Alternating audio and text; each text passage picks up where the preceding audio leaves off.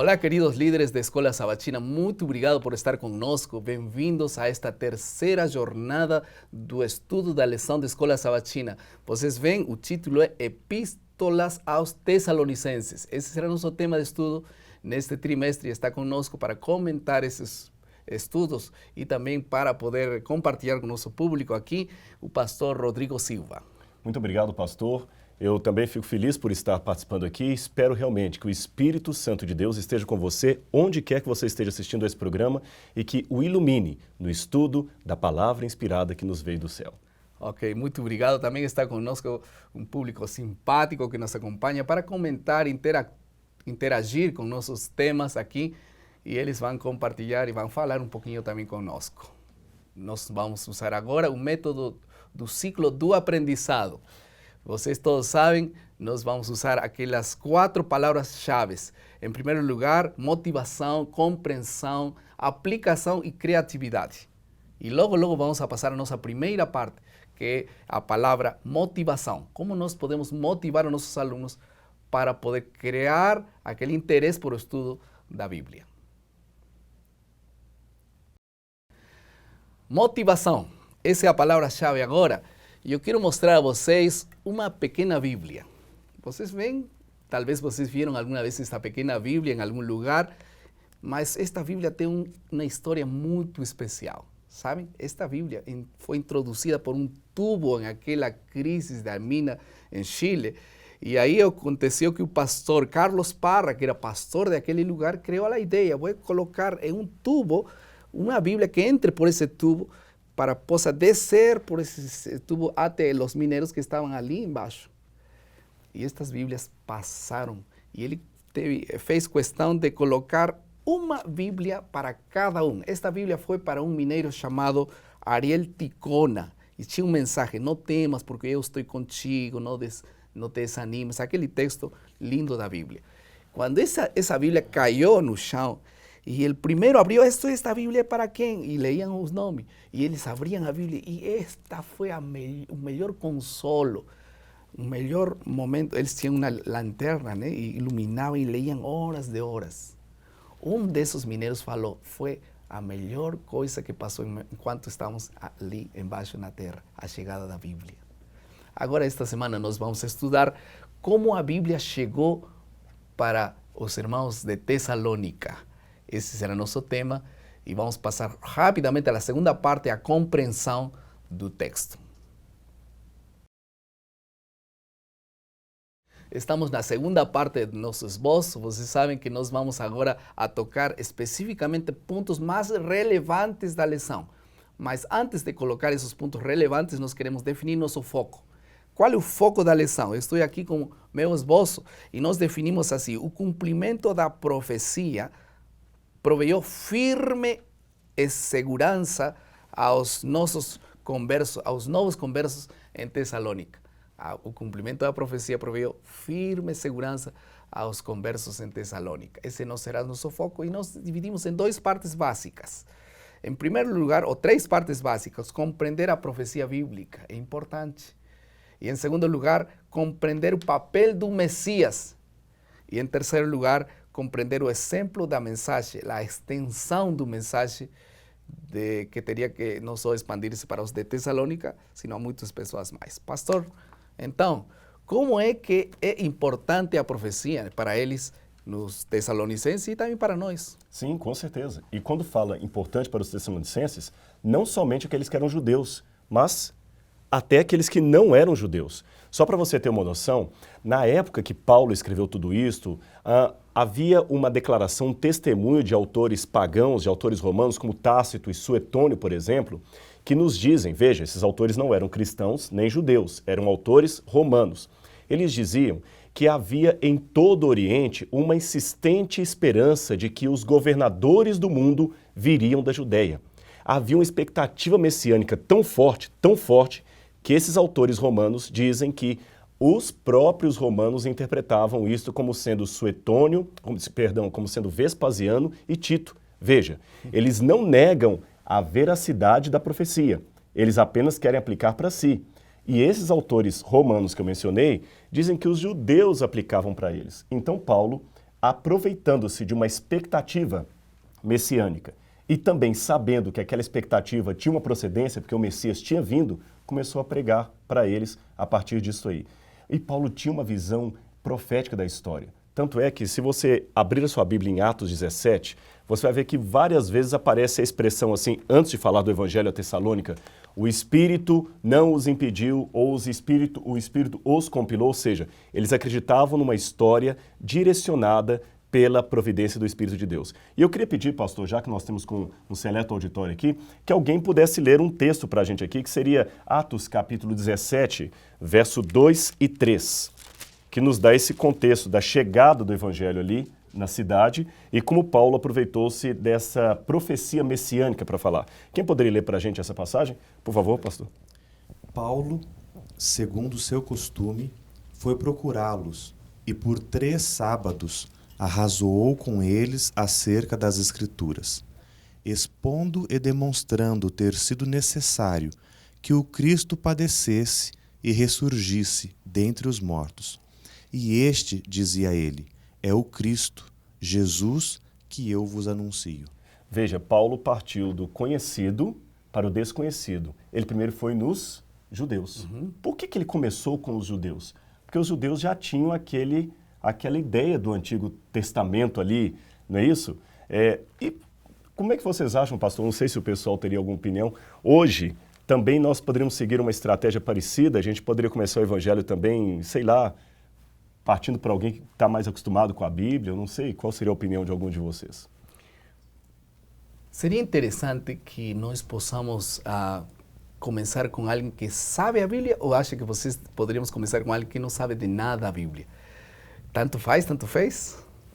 Eu prefiro conversar com pessoas que já têm um certo conhecimento bíblico.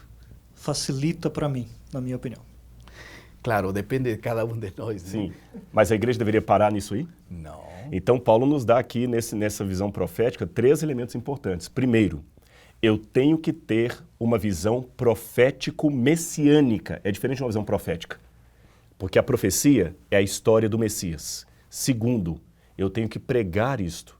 E terceiro, eu tenho que partir do conhecido, mas não ficar só aquilo. Então, nós devemos pregar para pessoas que já conhecem a Bíblia, que têm uma base bíblica, mas não ficar só nesses. E também no muçulmano, no indiano, no shintoísta, no budista, em pessoas que não têm a Jesus ainda como seu Salvador, nem acreditam na Bíblia. Foi essa a estratégia de Paulo e com essa visão profética. Ele usava aquilo como um argumento que o que ele estava falando era verdade, eles podiam confirmar pela história. Em segundo lugar, nós vemos aqui na lição da Escola Sabatina que tinha 2 perspectivas do Messias. Quais eram essas 2 perspectivas do Messias? Até o Talmud fala delas. O rabino Eliezer, ele dizia que o grande dilema dos judeus daquela época, do Talmud, era o seguinte: afinal de contas, dizia esse rabino no Talmud, como virá o Messias? Em glória e majestade, como anunciou Daniel, ou sobre um jumentinho humilde, como anunciou Zacarias? E esse rabino dizia não ter a resposta. Mas Paulo mostrava que ele tinha a resposta. E como é que nós poderíamos, se estivéssemos na época de Paulo, responder isso aos Tessalonicenses? Que Cristo, Jesus, viria de 2 formas. A primeira, como ele veio, como uma humilde bebê em Belém, e a segunda, que nós estamos aguardando, em glória e majestade. Ambas se complementam perfeitamente, né? Com certeza. E o que acontece é que uno só espera um glorioso Messias, Rei Redentor, que nos vai tirar de todas as nossas dificuldades, não é assim? E depois, nós esperamos também um Messias que é humilde, que não vai fazer nada por nós. Não é tampouco isso. A ideia da Bíblia aqui é muito clara. Deus quer que nós esperemos a Ele e não algo de Ele. Por isso que alguém se desaponta de Deus quando não recebe uma cura. Nós precisamos aplicar isso agora e isso vai ser nosso próximo passo. Vamos aplicar as lições da Escola Sabatina em nosso seguinte passo. Vamos aplicar agora o estudo desta semana da chegada do Messias e que pensamos do Messias para nossa vida diária. O que vocês acham? Nós temos expectativa que Jesus vai voltar pela segunda vez. Qual é a nossa expectativa da vinda de Jesus? Por que nós queremos que Ele venha?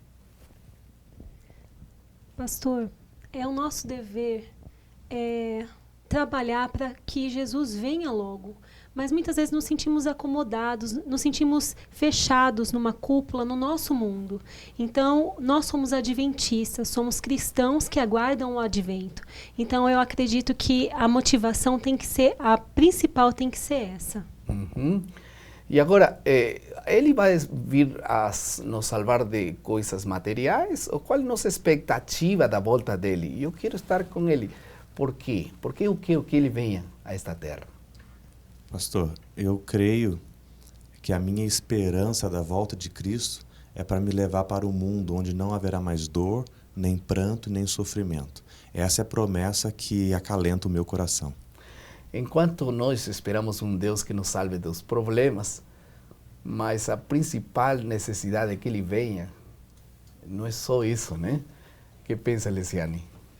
A minha expectativa é de reencontrar, é de estar com Ele.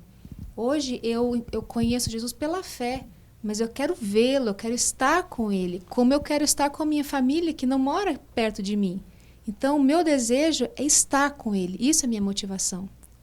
Que maravilha, né? Não é talvez coisas que ele nos pode dar, senão principalmente ele que mora conosco. Oramos tantas vezes com ele, hemos falado dele a muitas pessoas, mas não hemos tido a oportunidade de ver cara a cara ele, viver com ele. Essa é a nossa expectativa maior do Messias. Vamos agora passar rapidamente à última parte do nosso esboço, que tem que ver com criatividade. Que coisa criativa podemos fazer para poder fechar nossa lição da Escola Sabatina? Vamos agora entrar rapidamente à criatividade. Se esta parte não funciona, parece que a lição ficou incompleta, porque temos que tomar decisões concretas. O que vamos fazer agora? Eu pensei em pegar estes adesivos e entregar a cada um de vocês. Vocês podem aí distribuir esta folha para os demais. Eu vou entregar uma para o Dr. Silva também. Eu quero fazer um apelo a vocês. Vocês conhecem alguma pessoa que não é cristão ainda, vive no mundo, a vida sem Deus, né? Ou talvez com Deus, mas não conhece a palavra de Deus. Será que vocês têm um nome aí? Eu gostaria de pedir a vocês, coloquem esse nome nessa folha que vocês receberam. Acho que te está faltando uma aqui. Alguém mais falta? Tudo bom. Coloquem esse nome aí, enquanto colocam vocês, é uma pessoa que não conhece a Deus, alguns de vocês pode ser que estejam morando muito distante, enfim, mas não conhece a Deus. E vamos colocar um nome. Já colocaram? Uhum.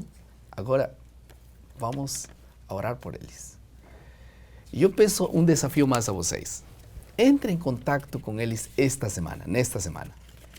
Liguem por telefone, deem uma visita a eles, ou escrevam uma carta, mas entrem em contato com eles, para assim como o pastor Carlos Parra fez chegar este livro, assim como Paulo foi até os Tessalonicenses e les enviou um mensagem, estava com eles por 3 semanas, né? Uhum. Para poder levar o evangelho. Se nós não temos essa mesma vocação, provavelmente toda essa lição fica em nada. Coloquem o nome, já colocaram? Uhum. Vamos orar para que Deus possa abençoar aquele trabalho que nós faremos com essas pessoas, tá bom? Querido Pai, muito obrigado por tua palavra. Que a chegada do Messias não seja apenas para curar nossas feridas físicas, sino principalmente para viver com Ele para sempre. Essa expectativa eu possa ter e compartilhá-la com outros. Hemos colocado o nome de uma pessoa e essa pessoa possa ser agora encarada, possa ser visitada, possamos entrar em contato com ela para compartilhar a vinda do Messias. Te pedimos que possas guiar esse trabalho missionário. No nome de Jesus. Amém, Senhor. Amém.